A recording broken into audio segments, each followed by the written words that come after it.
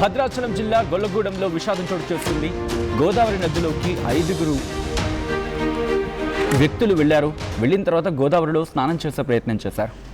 స్నానానికి దిగిన తర్వాత 7 యువకులు అక్కడికి వెళ్ళడం జరిగింది. వీళ్ళల్లో 5 గల్లంతయ్యారు. ఒడ్డుకు చేరుకున్నారు 2, 5 గల్లంతయ్యారు. గల్లంతైన వారిలో అమరావతి SRM ఇంజనీరింగ్ కాలేజ్ చెందిన విద్యార్థులతో పాటు కొందరు రామాలయంలో పనిచేసే ఉద్యోగుల పిల్లలు కూడా ఉన్నట్టు తెలుస్తోంది.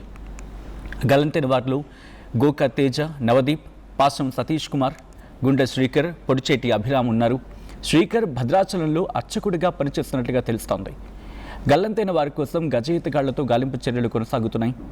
ఆ దృశ్యాలు మీరు చూడడం జరుగుతుంది. ప్రస్తుతం అక్కడ గాలింపు చర్యలు కొనసాగుతున్నాయి.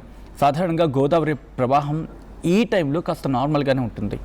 ఎండాకాలం కావడంతో ఇంకా చెప్పాలంటే కాస్త తగ్గుతూ ఉంటుంది. ఆ వాటర్, ఆ ప్రవాహం తగ్గిపోతూ ఉంటుంది. అందుకే ఈతకు వెళ్ళే ప్రయత్నం చేశారు. కానీ చాలా సందర్భాల్లో మాట్లాడుకుంటుంటాం, ఎప్పుడైనా నదిలో ఈతకు వెళ్ళే సందర్భంలో చాలా జాగ్రత్తగా ఉండాలి.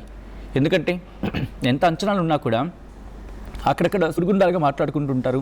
ఇంకొన్ని చోట్ల ఒక్కసారిగా అగాధం ఉంటుంది. అంటే లోపలికి వెళ్ళిపోతూ ఉంటారు. సముద్రం దగ్గర అయితే ఒక అంచనా వేయచ్చు, ఎందుకంటే అలా ముందుకు వస్తుంది, అలా వెనక్కి వెళ్ళిపోతుంది కాబట్టి అక్కడ అంచనా వేయచ్చు. బట్ నది దగ్గర అలా కాదు.